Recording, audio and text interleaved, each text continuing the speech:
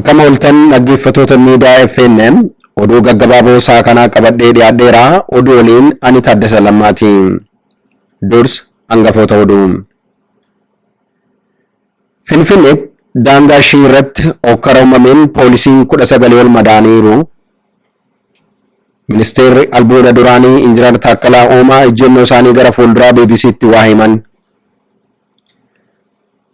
Balaa konkolaataa mudateen lubbuun lammiilee 14 ol galaafateera. Oduu biyya alaarraa. Balaa kirkira lafaa Tarkiitti mudateen namoonni 5,000 ol du'aniiru.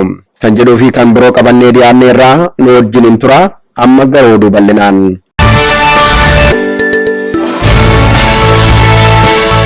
Hokkara magaalaa Finfinnee fi daangaa godina addaa Oromiyaatti mudateen miseensonni poolisii 19 ol miidhaan qaamaa ga'uusaa poolisii magaalaa Finfinnee beekseera.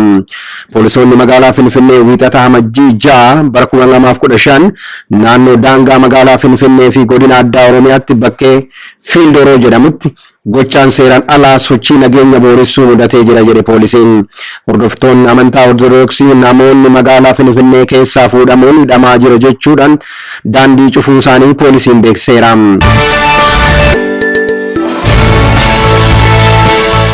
Ministeera albuuda Itoophiyaa ta'anii tajaajilaa kan turan kantiibaan duraanii magaalaa Finfinnee aangoorraa geggeeffaman amma barnoota biyya Ameerikaa imalanii jiru. Erga USA galanii guyyoota muraasa kan ta'e Injiinar Taakkalaa Uumaa siyaasa Oromoo irraa hin hafuu yaada jedhu BBC'tti himaniiru. Akkaataa aangoorraa kaafamanii fi egeree isaanii siyaasa biyya keessatti qaban irratti garuu odeeffannoo dabalataa hin laanne. USA erga ga'anii guyyoota muraasa ta'us miidiyaa hawaasaa irratti dubbii ijoo wanti isaan godhu mudatee jira. Mormitoonni isaanii qaamaan arganii yeroo balaaleffatanii fi viidiyoo waraabamee miidiyaa hawaasaa irratti qoodameera. Viidiyoon miidiyaa hawaasaa irratti qoodamaa jiru walqabatu irratti hedduu Injiinar Taakkalaaf kabaja kennuu qaba kan jedhu deeggartoonni isaanii ibsanii jiru. Injiinar Taakkalaan jalqaba siyaasa Itoophiyaa keessatti gurra kana horatan aangoo naannoo Oromiyaa irra wayita jiran dhimma maastar pilaanii Finfinneetiin walqabateedha.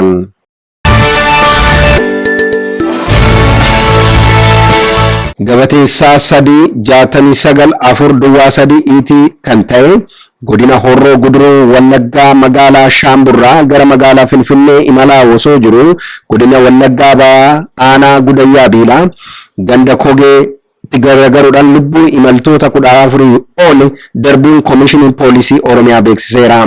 Namoota balaa kanarraa miidhaman keessaa daa'imman umuriin isaa waggaa 2 ol ta'e tokko haadha isaa du'aan ofirraa dhabee jiru jechuudhaan poolisiin beeksiseera. Namoonni miidhaa kanaaf saaxilamanis hospitaala Baakkootti yaalamaa akka jiran himameera. Ka'umsi balaa kanaas qoratamaa jiraachuusaa ragaan poolisii Oromiyaa irraa argame ni mul'isa.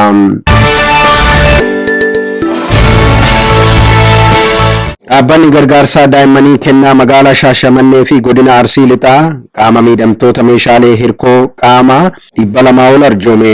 Gargaarsa daa'immanii kennaa magaalaa Shaashamannee fi godina Arsii Lixaatti qaama miidhamtoota meeshaalee hirkoo qaama 200 ol irraa birrii miiliyoona 2 ol ta'u tilmaamamuun bitamee kennameera.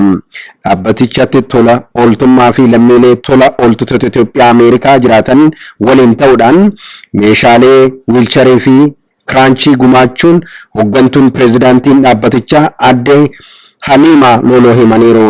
Dhaabbatichi hundeeffamni isaa waggaa tokko osoo hin guutin hojiiwwan daansaa kana hojjechuu ishee himteerti.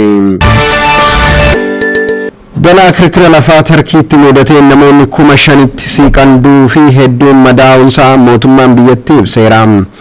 Biyya balaan kana dararimaa jirtu keessaa kan jiran lammiileen Itoophiyaa yaaddoo keessa jiraachuu isaanii himameera. Kanneen bakka balaan kun itti mudate irraa gara magaalaa Istaanbul akka geeffamaniif haalli mijachuusaa oduun himaa biyyattiin ibseera.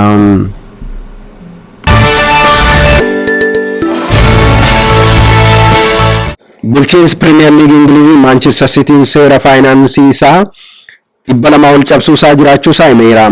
Piriimiyer Liigiin dhimmoota kana waggoota 4 qorachaa ture.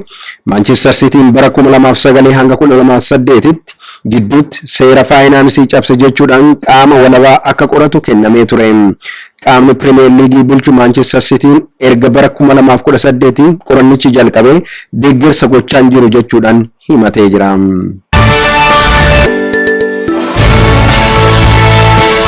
Egaa oduu har'aaf qabnu kan FN miidiyaa asirratti xumuree jira.